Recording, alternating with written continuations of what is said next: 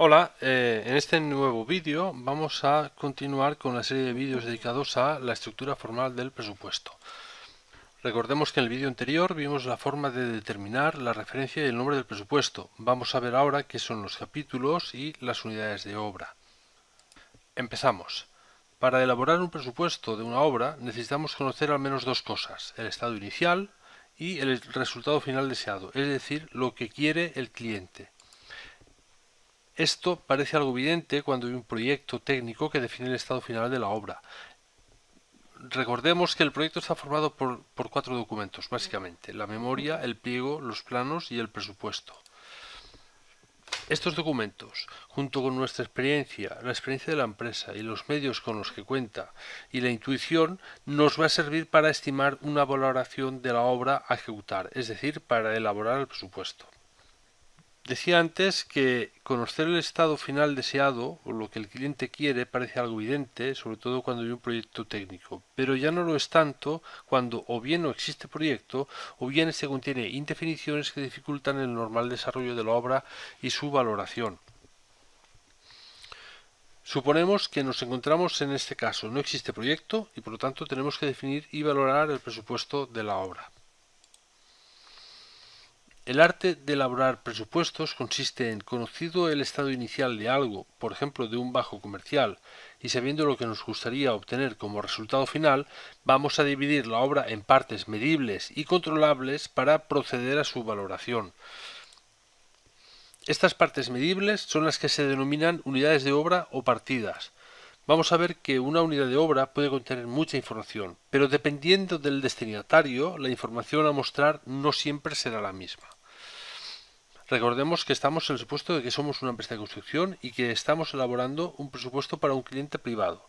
Así pues, desde el punto de vista del cliente, una unidad de obra deberá contener la siguiente información: el código, que nos sirve para ubicar la unidad de obra en el presupuesto; la unidad de medida, que nos indica cómo se mide la unidad de obra en kilos, toneladas, metros cuadrados, metros cúbicos, partida alzada, unidades, etc. El nombre corto de la unidad de obra nos da una idea general y rápida de en qué consiste la unidad de obra. Una descripción, que es un texto explicativo de la unidad de obra, cómo se va a ejecutar, de qué material se compone, lo que incluye, lo que no incluye. Es decir, en la descripción debe indicarse todo aquello que permita que la unidad de obra esté perfectamente definida. Una mala definición de las unidades de obra puede provocar desavenencias con el cliente en el peor momento, es decir, cuando la obra ya está ejecutada y la empresa quiere cobrar. También tenemos la cantidad o medición a ejecutar, lo que tenemos previsto ejecutar.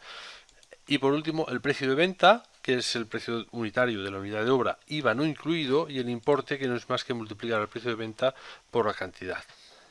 Bien, ya tenemos más o menos lo que contendrá una unidad de obra desde el punto de vista del cliente. Ahora vamos con el capítulo. El capítulo no es más que una agrupación de unidades de obra que nos ayudará a organizar mejor el presupuesto. La información contenida en el capítulo se reduce al código y el nombre. El código nos sirve para ubicar el capítulo dentro del presupuesto, mientras que el nombre no es más que una descripción breve que nos dará una idea del tipo de unidades de obra que van a contener dicho capítulo. Por ejemplo, albañilería, instalación eléctrica, carpintería de madera, etc.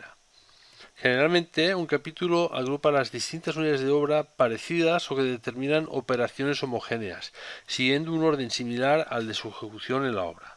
El capítulo en sí mismo no representa ninguna actividad en la obra, por lo tanto no tiene unidad de medida, no tiene coste y tampoco tiene precio de venta.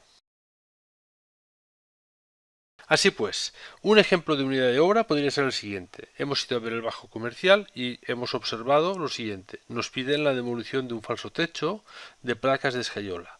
La altura a la que se encuentra el falso techo es de 3,5 metros, salvo una zona que está a 3,95. El local está lleno de muebles que el cliente no quiere. Tenemos que retirar nosotros.